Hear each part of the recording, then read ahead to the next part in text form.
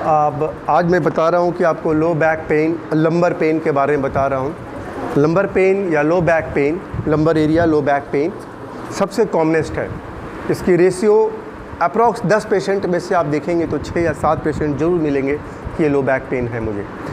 कारण इसका बहुत सारा है। कारण इसमें ट्रॉमा भी हो सकता है, कोई ट्यूमर भी हो सकता है, कोई चोट भी हो सकता है, कोई फ्रैक्चर भी हो सकता है, किसी प्रकार का पोस्चरल रॉन्ग पोस्चर हो सकता है, स्पोर्ट्स में लॉन्ग रनिंग हो सकता है, लॉन्ग ट्रैवलिंग हो सकता है, बहुत देर तक रॉन्ग पोस्चर पे पोजीशन पे बैठ करके काम करने से हो सकता है, बोन का ऑस्टियोपोरोसिस, बोन का वीक हो जाना हो सकता है, न्यूट्रिशनल इनबैलेंस बॉडी में हो सकता है, आपका कोई भी स्ट्रोक, ब्रेन स्ट्रोक, पैरालिसिस हो गया, उसके बाद में भी आपको लो बैक पेन हो सकता है।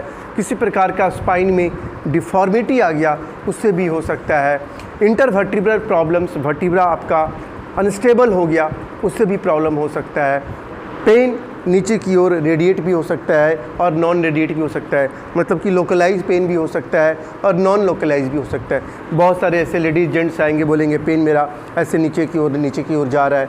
बहुत सारे ऐसा लोग बोलेंगे कि मुझे सिर्फ लो बैक में ही हो रहा है। तो ऐसे अलग अलग केस को लेकर के पेशेंट हमारे पास बैक पेन का फिजियोथेरेपी के पास आते हैं।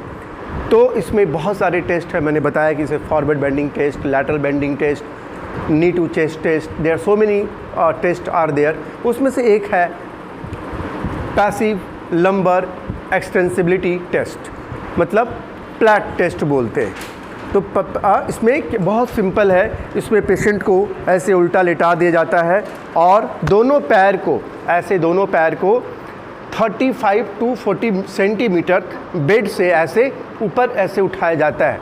पेशेंट को उठाइए ऊपर, पैर को ऐसे खींच करके ऐसे ऊपर उठाना है और होल्ड इट देन डाउन। क्योंकि ये थोड़ा सा काउचेस ऊंचा है, मतलब ये थोड़ा उठा हुआ है, अदरवाइज़ ये ऐसे थोड़ा सा नीचा होना चाहिए। तो पेशेंट को जो है ये इसको ऐसे खींच करके और इसको दोनों को ऊपर की ओर पुल करके से उठाना है 40 सेंटीमीटर तक अप्रॉक्स।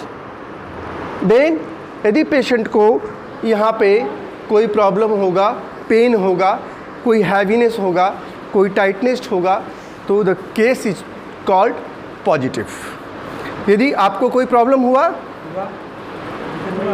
नहीं हो, चूँकि ही इज ए नॉर्मल, मगर किसी को कोई वर्टिब्रल फ्रैक्चर होगा यहाँ पे, या कोई इनस्टेबिलिटी होगा, कोई डिस्क का प्रॉब्लम होगा, कोई डिस्क हर्निएशन, एक्सट्रूशंस, कुछ भी inter disc vertebral disc related कोई भी डिसऑर्डर होगा, तो जब हम ये केस को ऐसे 40 सेंटीमीटर अप करके होल्ड करके उठाएंगे पेशेंट को, तो नाम हुआ लंबर पैसिव मतलब मैं कर रहा हूँ, लंबर एक्सटेंसिबिलिटी खींच करके ऐसे ऊपर किया, है ना। तो this is called plat test.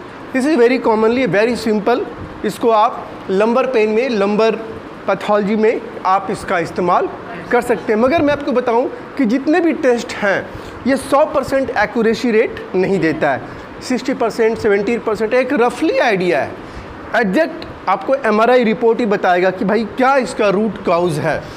लेकिन मैंने पहले बताया कि हर बार हमारे पास MRI संसाधन, CT स्कैन संसाधन, एक्सरे संसाधन नहीं रहते हैं। तो फिजियोथेरापिस्ट मैनुअल मसल टेस्टिंग करके एक जनरल रूट पैथोलॉजी मालूम कर लेता है, मगर 100% इसका एक्यूरेसी रेट नहीं है कि आपने ये किया और तो पेशेंट को यही कुछ और कारण से भी पेन हो सकता है उसको, बट एक रफली स्केच आउट आइडिया है। तो लंबर इनस्टेबिलिटी होगा, लंबर बोन में, लंबर वर्टिब्रा में किसी प्रकार का अनस्टेबिलिटीज, चोट, इंजुरी, ट्रॉमा होगा, तो पेशेंट को ये जो टेस्ट है पॉजिटिव आ जाएगा। अंडरस्टैंड?